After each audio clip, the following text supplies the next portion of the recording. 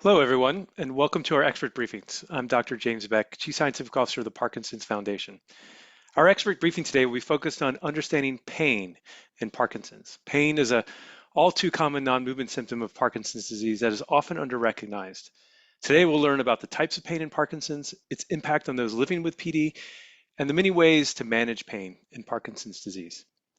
So before we begin, I just want to remind everyone that we're recording this session. So for your convenience, the recording will be made available online of today's expert briefings. And we'll also be emailing a link to the recording and other resources related to today's topic for everyone who's already signed up. So you can just await for that link and be able to watch it later on as part of that.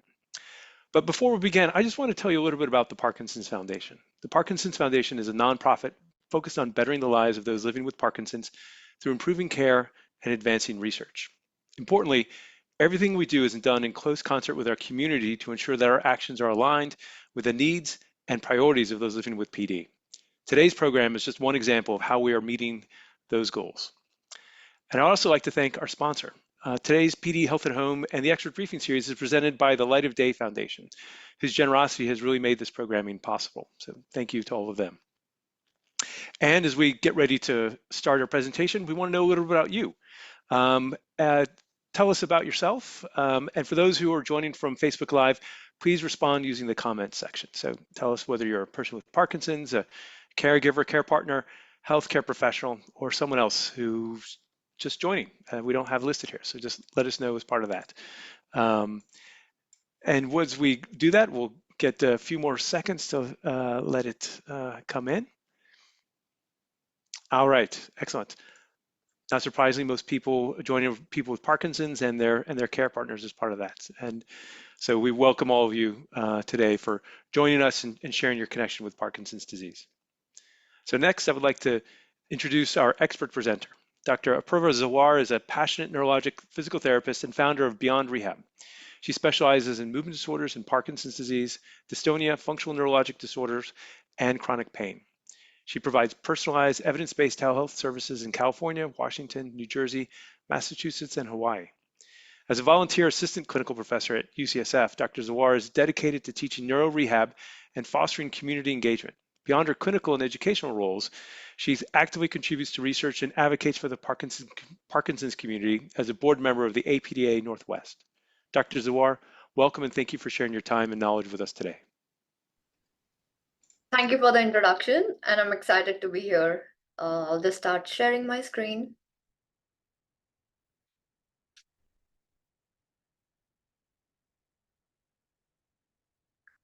Welcome, everyone.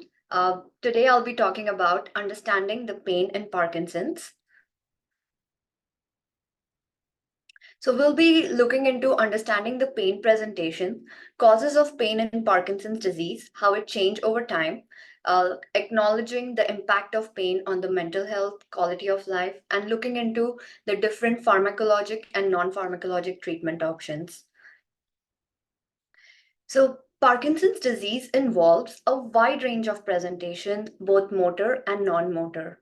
Motor, including tremor, rigidity, postural changes, slowness of movement, are the most common ones and are commonly talked about. However, there is a wide range of non-motor symptoms, including symptoms like sensory changes, pain, fatigue, balance, mood changes, and others, amongst which pain is one of the most common non-motor symptoms. And also, looking at both at the motor and the non-motor presentation, it's really important to have a whole person-centric and multimodal care to manage it. So, looking into the prevalence of Parkinson's as compared to the general population, Parkinson's individuals have reported to have higher level and prevalence of pain. In Parkinson's, chronic pain is present almost around up to 80% throughout the disease course, and out of which around 20% of individuals experience pain during the time of the diagnosis and may be associated with early motor change. Pain significantly impacts the overall quality of life and your and day-to-day functioning. So it's really important for us to understand and find different tools, approaches to manage it well. As we are learning and understanding, like pain is very common, almost around 80% of individuals experience it. It's an also at times not well treated and underdiagnosed. So this is a really good opportunity to understand, review what are the new treatment options and how can you manage the pain. So I'd like to quickly highlight about how the pain presentation changes across the disease course. So initially, a pain may at times pain can be present prior to the onset of the motor features, and it's typically present as shoulder pain or shoulder arm discomfort syndrome is a very typical presentation. Almost 5% of individuals report pain as their first symptoms. In the early Parkinson's disease, pain is also one of the most prevalent non-motor symptom, and it typically affects the side of the body that was initially affected by motor symptoms. And almost around 20% of individuals experience it during the time of diagnosis. And with the advancement of Parkinson's disease, pain is more common, and it's reported that it's 35% higher incidence of pain as compared to the early stage of Parkinson's.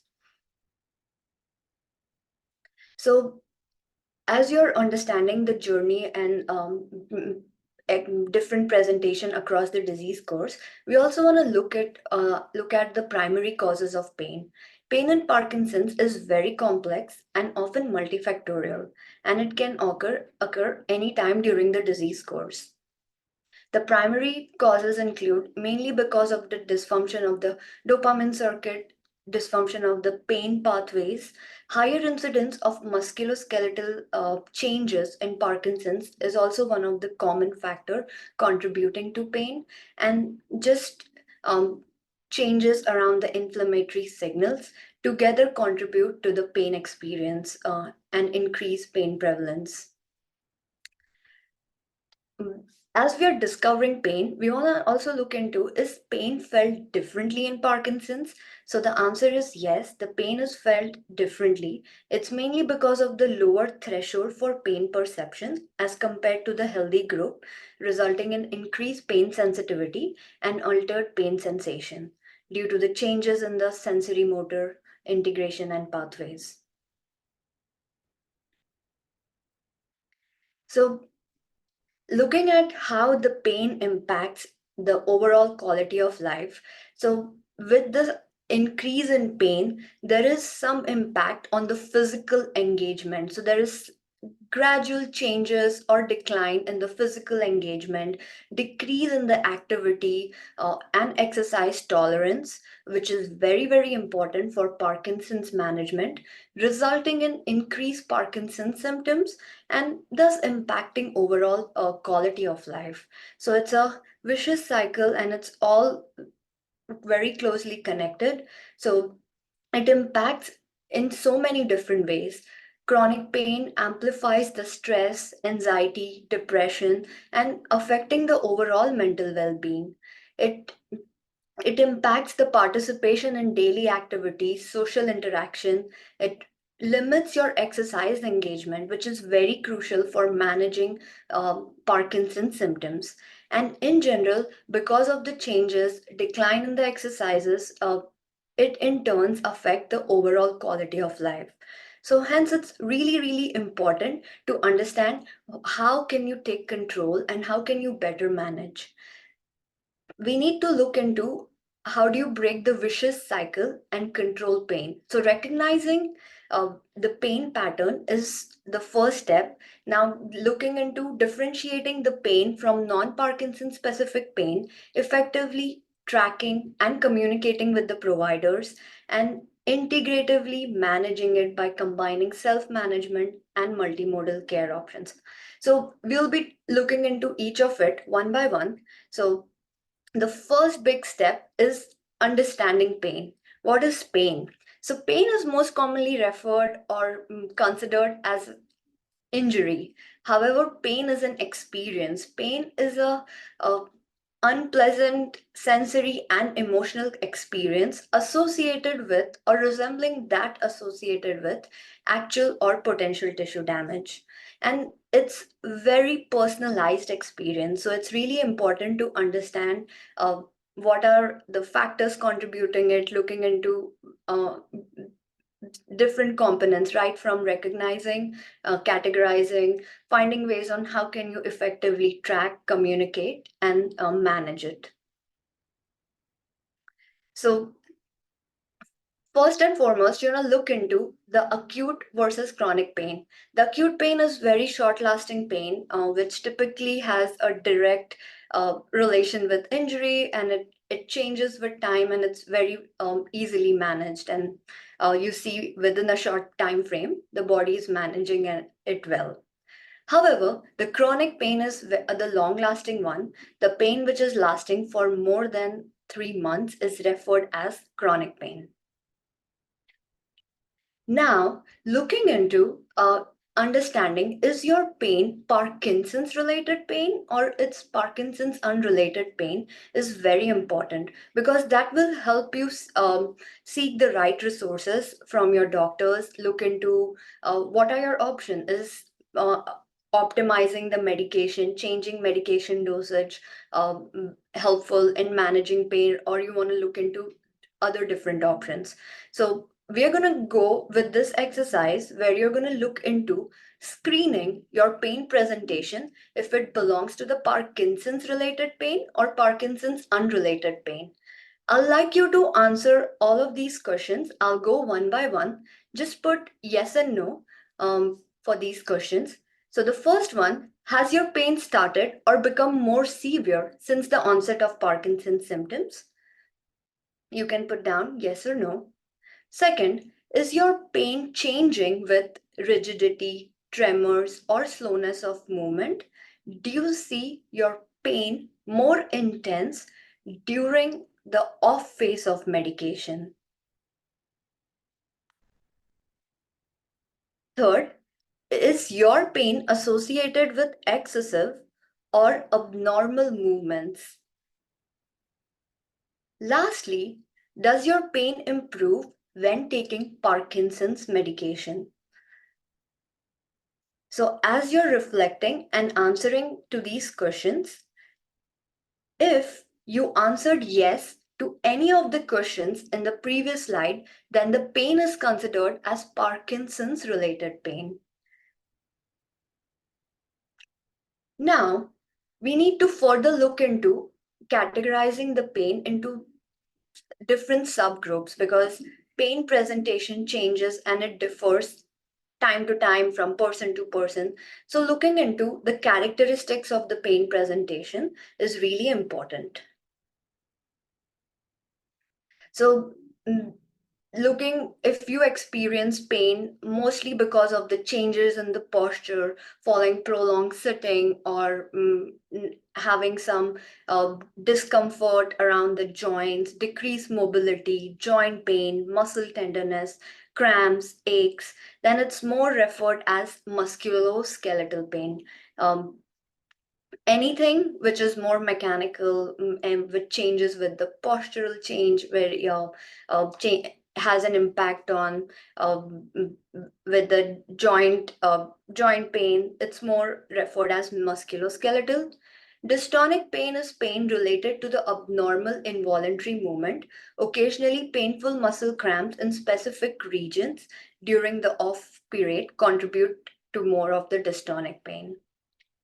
Radicular pain is best described as burning, tingling, numbness, shooting, pains and needles, type of sensation along the course of the nerve. So, typically around the back of your thigh, like or your arms, where you experience the radicular type of pain. Central pain is very generalized, very diffused. At times, it's hard to explain, and it's constant and very dull aching in nature. So, these are very broad description of differentiating and understanding what are the different types of pain and how do they manifest. Next, you want to rate your pain level. So, looking into different components. So, as of today, you want to rate your intensity based on the last 1 week. How was your overall pain intensity? 0 meaning no pain, 10 meaning extreme pain. So, where will you rate your pain intensity? Followed by pain frequency. How frequently do you experience pain? Is it rare? Is it occasional or very constant? So, on a scale of 1 to 3, you can put 3 meaning constant pain, 1 is rare, followed by the quality of pain. How is it impacting your quality of daily living? So, 1, no impact or minimal impact, 2, moderate, 3, severe. So, you just want to put all three numbers and based on the assessment tool, the best way to rate it is you multiply intensity number with the frequency and quality. It's just to give you an objective data and find a way on how can you best rate your pain level as of today. So now just quickly looking at the available information and statistic around the incidence and the prevalence of chronic pain. So nociceptive pain, which combines the musculoskeletal and dystonic pain, is one of the most commonly experienced pain, both in the early stages and the advanced stages, followed by looking into how many types of pain or individual experience in the early and the advanced stages. So typically around 1 to 2 types of pain has been reported during the early and the advanced stages. And also there is around 25% of individual reported no pain both during early and advanced stages. And since musculoskeletal pain is one of the most common pain presentation, so looking into the areas being affected, so the majority of patients reported lower limb and low back pain as one of the common areas of discomfort. Now, as you're differentiating and your Parkinson's pain from non-Parkinson's pain, we also want to look into assessing and tracking the pain. So the best way to do is like if you want to like just put down few key indicators on how is your pain relieved and how it's exaggerated, looking into the quality, how will you describe the pain, how does it feel like is it more like dull, throbbing, sharp, electric shock like sensation? Looking into the radiation piece, is the pain in one place or does it move around the body? Where is the pain? What's the site and severity? On the scale of 0 to 10, how will you rate it? Lastly, looking into timing and treatment. When did the pain start? How often does it occur? Is it constant or intermittent? Looking into the relation and timing of Parkinson's medication, if there's any changes in the on phase versus off, and are you getting the treatment? This is just a way to assess and track your pain from time to time. So look at it as PQRST scale. Um, I'll share this PDF. So it's the simple way which you can just use this chart on a weekly or a daily basis to put down the key factors on how is your pain being relieved or how it's getting triggered, looking into the quality of pain, radiation, site severity, timing and treatment. You can be very specific or you can just based on your style of you can put down the key indicators, and this is important so this because this will help you effectively communicate with your team during your appointments with your neurologist, with your neurophysical therapist, and receive the right care. So I'll highly encourage you to keep this tracker and do it on a weekly or daily basis to look at the pain patterns and understand what's triggering and relieving and how it's changing from day to day. So now the next step is as you're assessing, tracking, you want to look into finding ways on how do you interact with your team? How do you get the right resources? The first important step is making sure you're working with the team.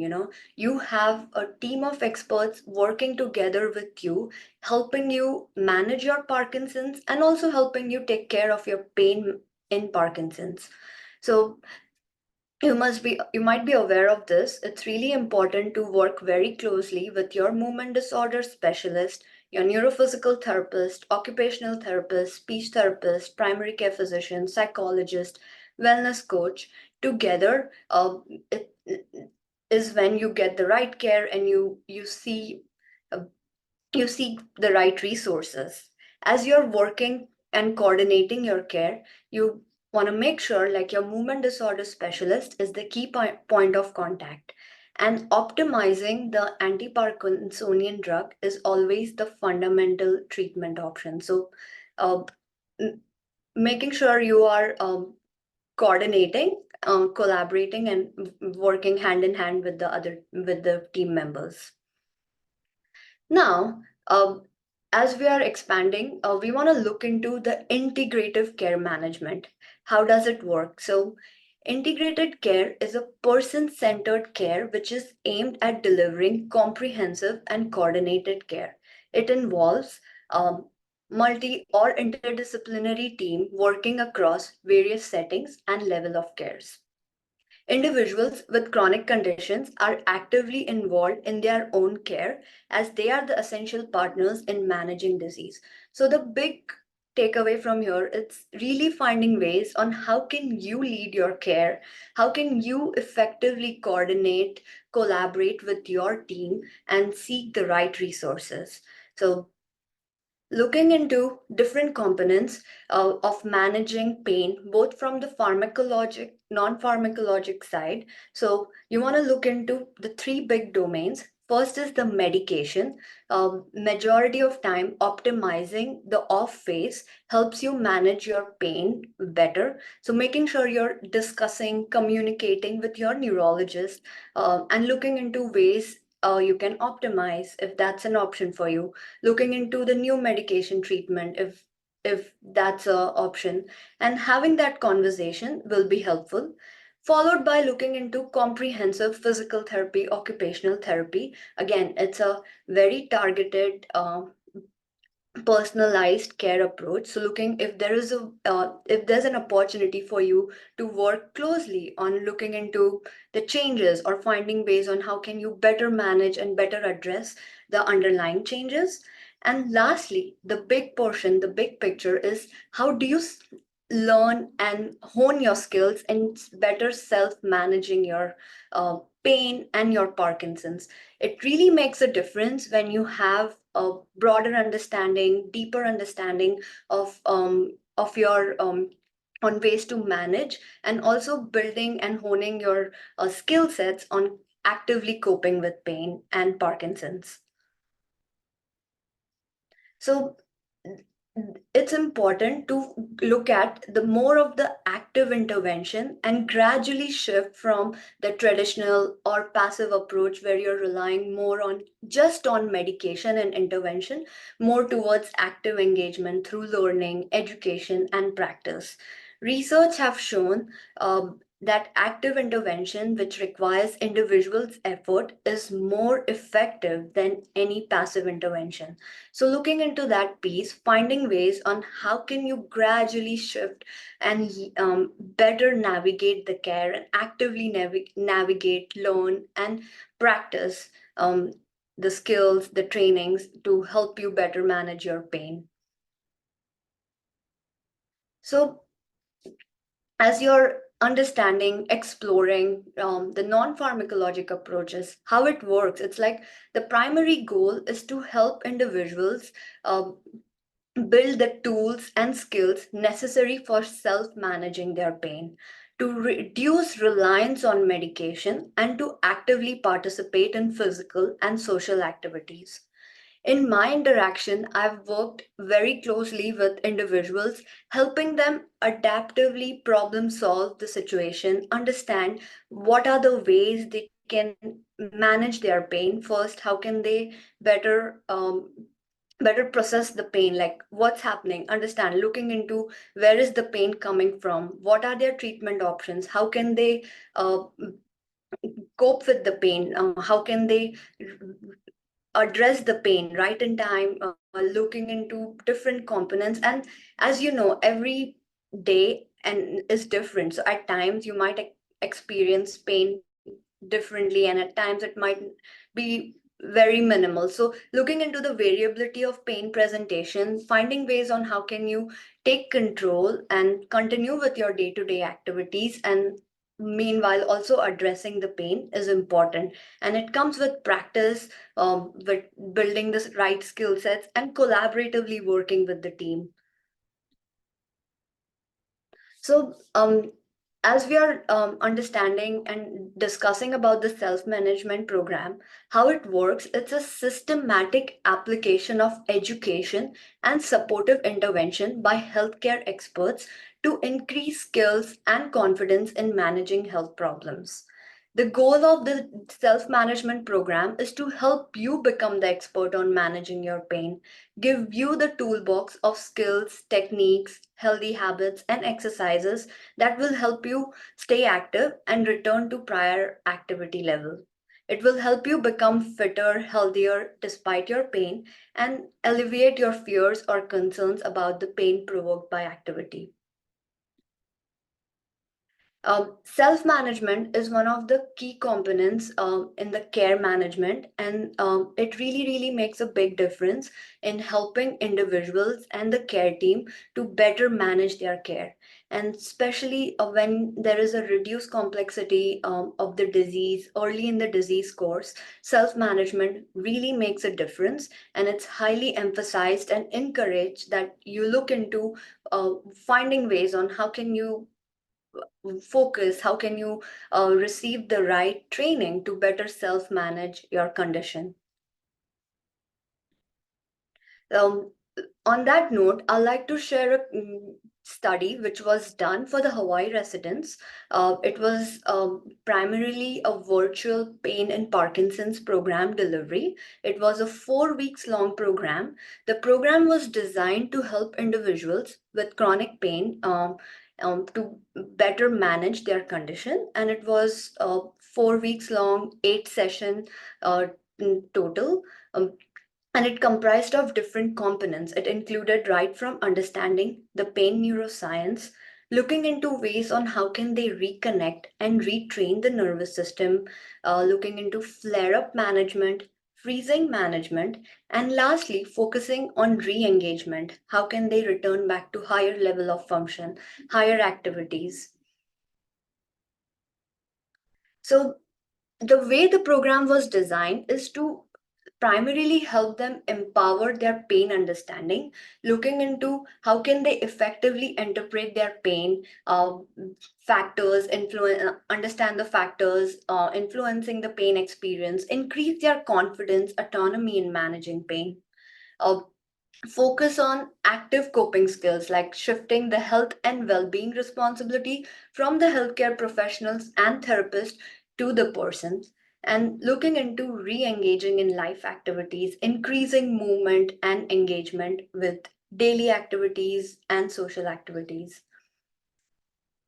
So the key outcomes of this 4 weeks long program was primarily increasing their active coping strategy, decreasing the dependency on over-the-counter medication, improving their confidence, engagement in physical activities, and lastly, the program was effective in group setting as it allows for sharing of experience, learning from peers and experts, and feeling the change, feeling the confidence in better managing. So overall, cumulatively, there was a big shift in increase in the and shift from shift in their physical activity. So there was a good amount of increase in their physical engagement. Individuals were able to confidently take control of their disease, find ways on how can they actively manage their symptoms, take care of their different different take care of their health focus. So all different domains were addressed, and find it really helped towards the end to promote independence, to help them return to higher level activities in spite of their pain. So that was a big learning and a big results of our cumulative work together. And it empowered them, like in on broadening their understanding and seeing like how can they be more in control of their pain. So recovery is definitely possible with time. There is ways on helping you better manage, better take control of your pain, and also give you with the tools, trainings, and the collaborative work. It's possible to gradually return to higher level of activities. So it's really important to just find and work with your team on how can you best address your pain. So as you're learning so many new things, understanding the type of pain, recognizing it, differentiating it, assessing it, finding different treatment options. So what's the best way for you to take an action today? Where do you begin today? So this is really, really important piece. I will like you to make notes, see what aligns with you, and start taking the right action, right first steps to get started in managing your pain. So the first and foremost, really start with initiating tracking and maintaining the pain log diary. So if you like the format of PQRST, where you can just put all different components and make note of it, excellent. If not, just tracking the pain on a scale of 10, like 0 meaning no pain, 10 meaning high pain. Where do you stand? Just putting down what were the triggering factors, what were the relieving factors. That will be a good start. Then, anytime, whenever you get an opportunity to interact with your team, making sure you're effectively communicating and discussing your pain presentation with your neurologist, with your physical therapist, and other team members. It's really, really important you communicate to them so you get the right care and you can look into the different options. Following that, you want to collaboratively work with your healthcare team, finding ways on how can you use different approaches, both from the pharmacologic lens and the non-pharmacologic lens, on managing your pain. And lastly, you want to enhance your abilities to better self-manage, for foster your confidence in managing your condition. So I'll highly encourage look into reflecting on the days when you've been very easily and very smoothly, you were able to manage your pain, manage your symptoms. So reflecting on that, learning like what was different that day, what worked, and again, like also looking on the days when you feel things didn't go well, it even any slight change triggered it. So opening up yourself to the reflection and broader understanding will be effective as well. And then looking into what are the new techniques, new approaches. Are you someone who wanna learn more, dive deep into self-management techniques? How do you do it? Looking and gathering those resources will be a good start. So together you'll be able to very effectively, very actively manage your pain. And again, highly encourage you work with your team in creating the game plan, and you work very collaboratively to make a difference. So the key takeaways from today's talk is making sure that you're tracking, assessing, and communicating your findings with your providers. You're combining therapies and different interventions together. And remember, like living a full life with pain requires that you take an active role in the recovery process. And it success is achieved when a person has learned to self-manage your condition. Thank you so much for joining me today. It was absolutely a pleasure discussing, sharing about what are the different ways you can manage your pain, find different treatment options. I'll highly encourage you to download this chronic pain workbook. It will be a good resource for you to reflect and understand your pain patterns. And happy to answer the questions now. Thank you so much.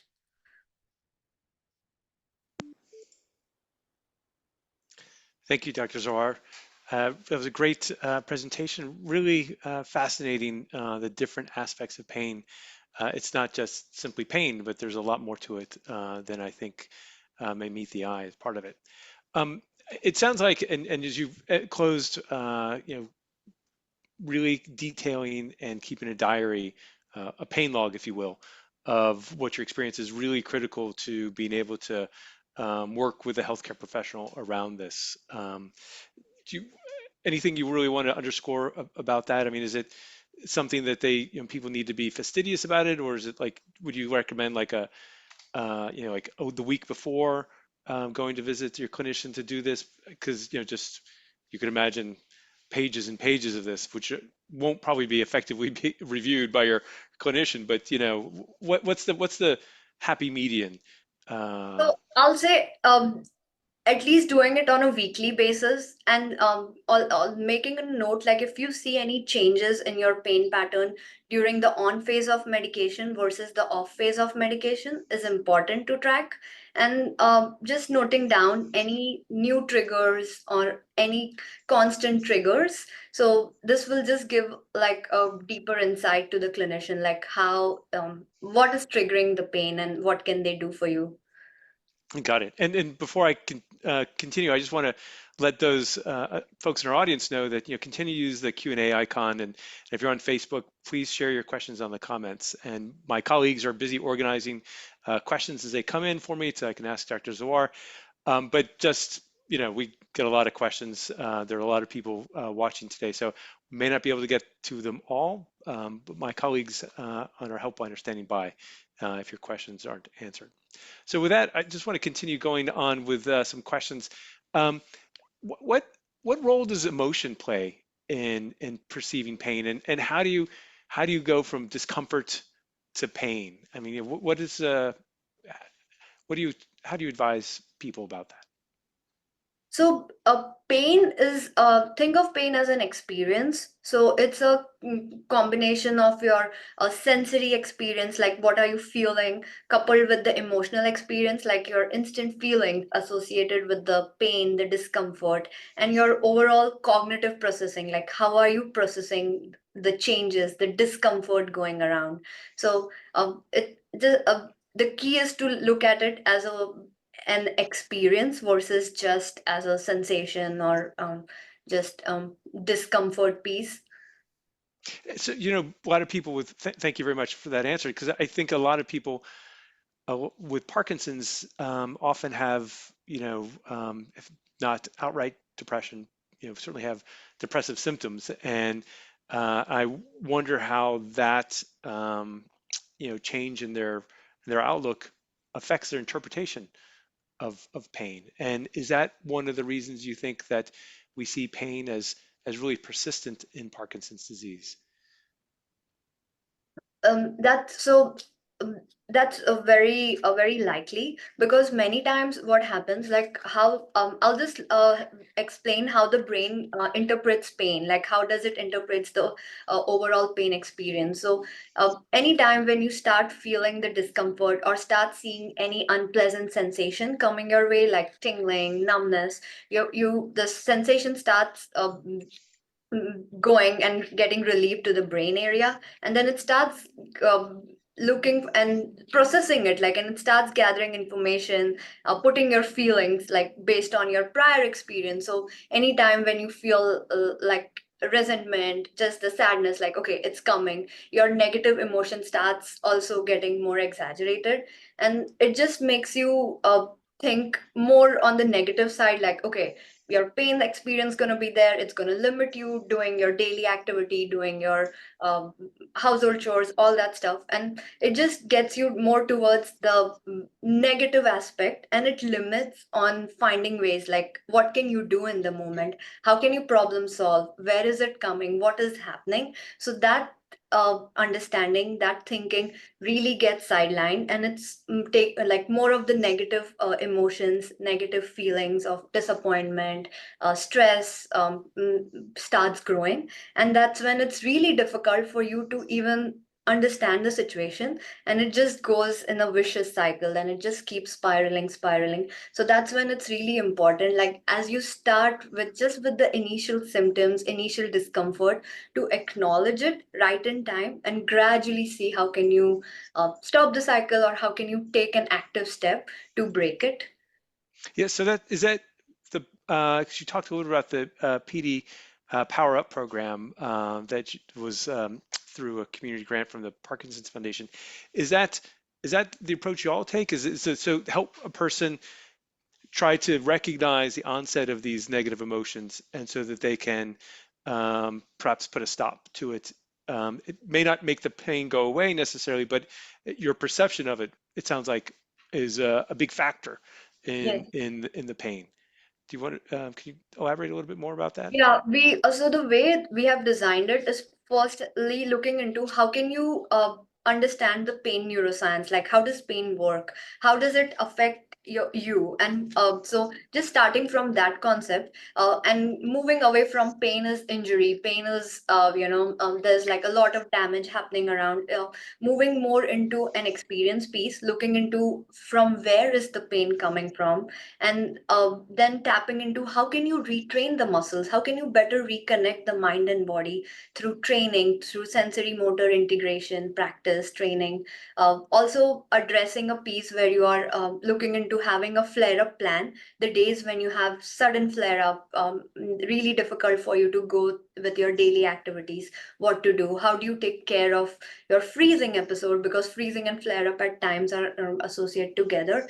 And lastly, also, how do you return back to the exercise, more of the physical activities, because it's really important to manage the Parkinson symptoms and also to help you manage your pain. So combining it together, working together with the team helps, because it's a big learning curve, but just through the peer support, through the clinical support, clinician support, we are able to do it together. Yeah, absolutely. Um, and I have a question about that because because it's I mean you listed a lot of members of an idealist care team, but I know a lot of our listeners don't have those health resources available. Is this something that we're talking about here that someone can DIY, do it yourself, or maybe work with one or two professionals in order to be able to implement this type of for lack of a better term, cognitive strategy in dealing with pain? Yes, definitely. So initially, I guess the first step to get started is tracking, because that's when you're reflecting your pain experience as well. So as you get looking into the pain tracking, then you're also reflecting like what worked, what was different on particular day, what was more effective, and then gradually you start integrating all those thoughts together and seeing what's the best way for you to manage pain in the given environment, given situation. Um, that will help. Again, like I have put together like the course, which is all free. Feel free to like access it, see how it looks, how it resonates with you, because learning is the big piece, and it takes its own time to understand different concepts and integrate and practice it. But just starting somewhere with the self-reflection, deeper introspection will be a good way to go. Excellent, thank you. So one thing I thought was really interesting, your comments. One of the first steps to pain management is not reaching for the Advil or the Aleve. It's getting your PD medications right. What is the thoughts on that? So, since the pain is more like there is increased pain sensitivity in Parkinson's individuals, and many times because of the changes in dopaminergic pathways, the pain incidence is higher. So just looking into how can you optimize the PD medication at times just takes care of your pain. And that's really one of the first step. So anytime when you're seeing your neurologist, movement disorder specialist, communicating about your pain experience, and that's when they'll be able to look into if they can optimize the pain, the Parkinson's medication, or have any new medication added to your list, will be the way to go. So, and then so is it just a matter of communicating with your neurologist that you go visit about the pain? And how do you? I mean, I thought it was very nice how you outlined how to differentiate between um, what may be PD pain and what's not PD pain. Is Mhm. it worth talking with your neurologist and saying like I'm experiencing because you had a nice little four-part, maybe it's five-part, sorry, little flow chart checklist, and is it worth kind of reiterating that with them like Yes. here's how it is so you can convince them because I've seen some comments come through that they've individuals said I have pain but my doctor thinks it's just not PD related. Um, is that an approach you would recommend for helping Yeah. people? Thank you for highlighting that point. I'll definitely encourage, like, if you see your pain started following the onset of Parkinson's, making sure you communicate that, you have that in your notes. So when you see your doctor, you're telling them, like, and your pain started around the time of Parkinson's diagnosis, and it changes during the on and off phase. Even if you see a slight change, making sure you're letting them know and asking them like what are the options when it comes to medication, is there anything they can do for you, change your medication dosage or add new medication. So uh, doing your homework by bringing all those important data will help the neurologist to give you the right medication or update your medication list. Yeah, fantastic. Thank you. And it was really interesting to point out, as you saw in one of the slides, and I've seen this before in some other studies, that pain, particularly shoulder pain, is one Mhm. of the more common non-motor symptoms. And what I've heard is anecdotally that a lot of orthopedic surgeons are diagnosing people and say your pain's not it's not bursitis, it's something else. Is that related to, as we talk about with Parkinson's disease, the rigidity and stiffness that people feel, or is it more complex than that? Because as you mentioned, people with PD have a higher sensitivity to pain. And I'm just trying to, I guess what I'm getting at is how much is pain related to motor symptoms that people are experiencing versus, being like a truly a non-motor symptom, which may be happening independently of maybe people's tremor or dyskinesia. I'll say it's a mix of both, but definitely because of the changes in the motor symptoms, increased rigidity, stiffness, definitely contributes to higher pain um, experience, like a more of the increased pain intensity. So having that understanding, like anytime when you see, like if your pain, especially when in the initial days when you see like your pain is not changing irrespective of whatever you do, there is very slow or very minimal relief from anything, like right from medication or any non-pharmacological treatment approach, then that's a good indicator and information that it's something else, not just the local changes or changes around the joints. And that needs to be considered, and that needs to be discussed with your team, like, because if there needs to be some big change when it comes to like post treatment, like you should see a good amount of change after getting any kind of treatment. If you don't see any relieving factors, that's a sign like where we need to further look into the different diagnoses and different treatment options. So are you suggesting then like it may be another issue? Because I've had and some of our listeners have commented that the exercise seems to increase their pain. Is it and so that I wonder, is it maybe something else that's causing it? And maybe I don't know. As we get older, our backs are not quite the same as they used to be, and some of the shooting pains can come from, intervertebral disc collapse or bulges, and how would, as a clinician, how do you differentiate, those individuals? Is it just a matter of a workup, you know, um, you know, pain management on the side? What do you, how do you approach that? So again, Think of pain, it's like it's affecting your body as a whole. So it's not just the local changes or changes around the joint, but there's a lot of changes happening around.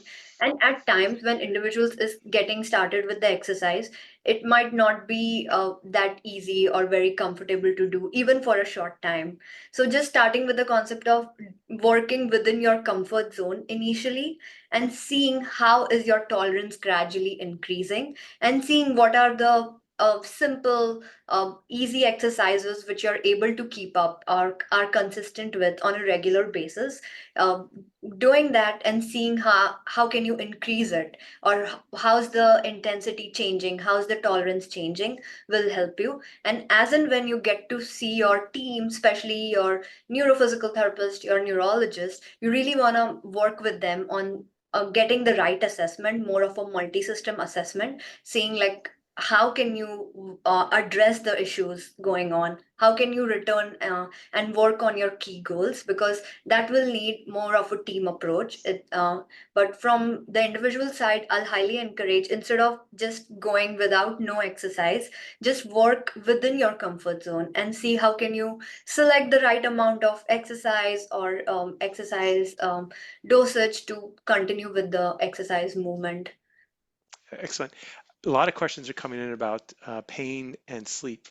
Have you encountered complaints with pain around sleeping, going to bed during being asleep, waking up with pain, um, those Mhm. types of situations? Definitely, because especially Parkinson's related pain, with the changes in the levodopa medication, and especially during the off phase, the pain is more intense. So that is possible factor why you feel pain more early in the morning, or you experience pain during the time of your sleep. So that is the possible factors, and that's when you wanna also make a note of it. Talk to your neurologist. Is there anything they can do when it comes to medication? If they can update it, and also find ways on how it changes from day to day. If you experience like there are 3 to 4 days where you have no trouble, like what was different? Is there anything which you did differently? Do you want to look into it and repeat it on a regular basis? So that reflection will help you solve it as well. Yeah, and you mentioned several times pain triggers. What are some examples of triggers that people should be maybe on the lookout for to just be thinking internally that, hey, this is associated with it. What are some classic ones that you've seen? Definitely postural changes. So anytime when you see yourself sitting or sleeping in like not a very comfortable position, that might be a possible trigger. Anytime when you see yourself not following time to stretch yourself, to find ways to ease your muscle tension, that can be like more easily the pain can be triggered. Looking into seasonal changes at times, that might trigger in females hormonal changes. So there is all different components which can possibly contribute. If you have like other comorbidities and other inflammatory condition like osteoarthritis, the stiffness, age related changes might also contribute. So I'll say that will be a lot of work for the clinical team to look into, but just making a note to simplify it for the viewers to what is helping or what is exaggerating. Just simplifying it will be a good enough information for the clinical team to work from there. Yeah, thank you. Um, when it comes to managing pain, again, the first thing you said was trying to get your PD meds taken care of. But what about over-the-counter medications? I mean, what's the thought around that? I mean, clearly people need to be cognizant of other conditions that they have, but generally speaking, what about these over-the-counter medications that are available and trying to help manage these pains? So the rule, like the rule of thumb is like to avoid the over the counter medication. So the definitely this recommendation is look into what are the different like non pharmacologic approaches, right from body relaxation using hot packs, cold packs, simple exercises like slow movement exercises like tai chi. I know it takes a lot of energy effort from the individual's end, but and it also takes time to see the effect. But if you have the bandwidth, if you have the ability to get and do this, go for it. And in case if it's not working, that's when you want to consider over the counter medication, but it really needs to be discussed with your neurologist and the physician before you do so. And I guess we're really talking about chronic use of it. I mean, if you're, as you pointed out, when we talk about the different types of pain, there's the short-term pain where maybe some of the over-counter medication can help briefly. But I Uh-huh. guess if your point is if it's persisting beyond a certain period of time, don't keep taking those pills because there's something else that may be at issue, and that's would be is that the time to go talk with your doctor again? You mentioned again, we had some different things, but perhaps as we close, it's a good time to reiterate what are these guideposts that you have outlined for individuals to when do I go to my doctor, when is it PD pain versus not PD pain. Yeah, that was a really good point. Like anytime, like I'll just reiterate as well. Like anytime if it's acute pain, anytime when you see yourself like right after ankle injury, you want to manage your pain, then the over-the-counter medication is the first option. But when you see yourself doing it for an extended length of time and just increasing the dosage of over-the-counter pills, that's when you wanna consult with your team, especially the neurologist and the physician, and see like are they on the same page, and do they prescribe the same thing, and start looking into the different components. And majority of time it's been noted that individuals don't communicate to the doctors about their over the counter medication. So making sure when you add this in your list when you see the doctor, like they are aware of it, that you are taking these medication on a regular basis, or on like your schedule for over the counter medication. Um, Certainly. And then last thing, because I know we're coming towards the top of the hour, neuropathic pain. There's a concern that there's a higher incidence of neuropathy amongst people with Parkinson's, especially older population who may be comorbid. There's diabetes, neuropathy. How do you manage that? Does that also fall into PD Power Up, or what is the approach for people dealing with this type of pain? So the neuropathic pain, definitely medication is effective in managing it, and also looking into more of the non-pharmacological approach is starting right from the postural training. At times, because of the change in the posture or excessive forward bending, side bending triggers the neuropathic pain. So addressing that, finding ways on how can you strengthen and condition the muscles around the nerve, and also look into the neural tissue training, like neural tissue mobility piece, where you get to work on the nerve length, where you get to find ways on how can you relieve the tension and limit the sensory sensation, more like tingling, numbness. So that's also one of the key ways to manage it. Fantastic. All right. Thank you, Dr. Zawar. I really appreciate your time today and offering your knowledge on today's expert briefings and how to manage with pain. So just to let you know, we had a tremendous response during the Q&A. We didn't quite get to everything, but again, if your question wasn't answered, I encourage you to call my colleagues on our helpline, 1-800-4PD-INFO. So this concludes our expert briefing today, and next month our expert briefing series will dive into an update on research and address how scientists are working to come up with new ways to end this disease. You can also learn more about our future topics and register at the webpage here on the screen, parkinsons.org/expert briefings. So we've got for our calendar year, first one's done, and looking forward to seeing again in April as part of that.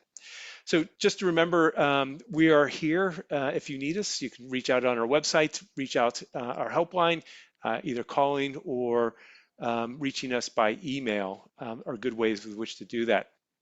We have professionals on our helpline staff who really have a deep knowledge of Parkinson's disease.